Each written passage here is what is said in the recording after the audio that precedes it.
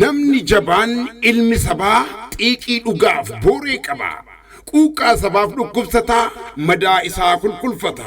Lammii ofii ni jaallata sabboon akkasaaf dhaabbata. Oduu gammachiisa.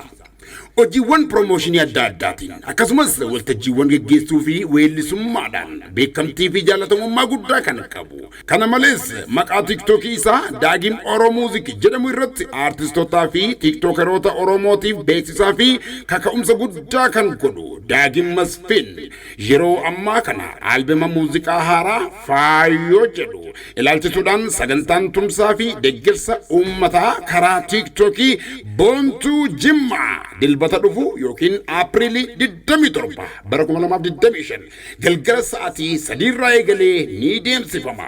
Kanaaf uummanni keenya addunyaa garaa keessatti argamtan irraa nafina irraa inoolamu sirraan oolu yaa goota koo haa jennu. Yaa nuuruuf jedhee alagaana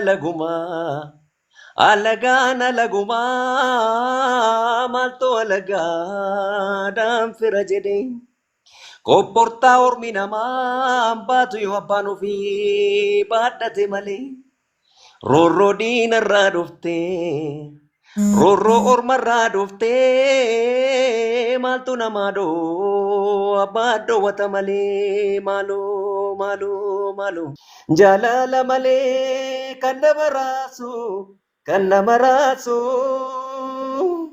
halkan hirribaa kan nama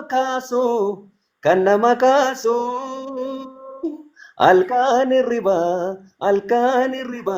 kan nama kaasu.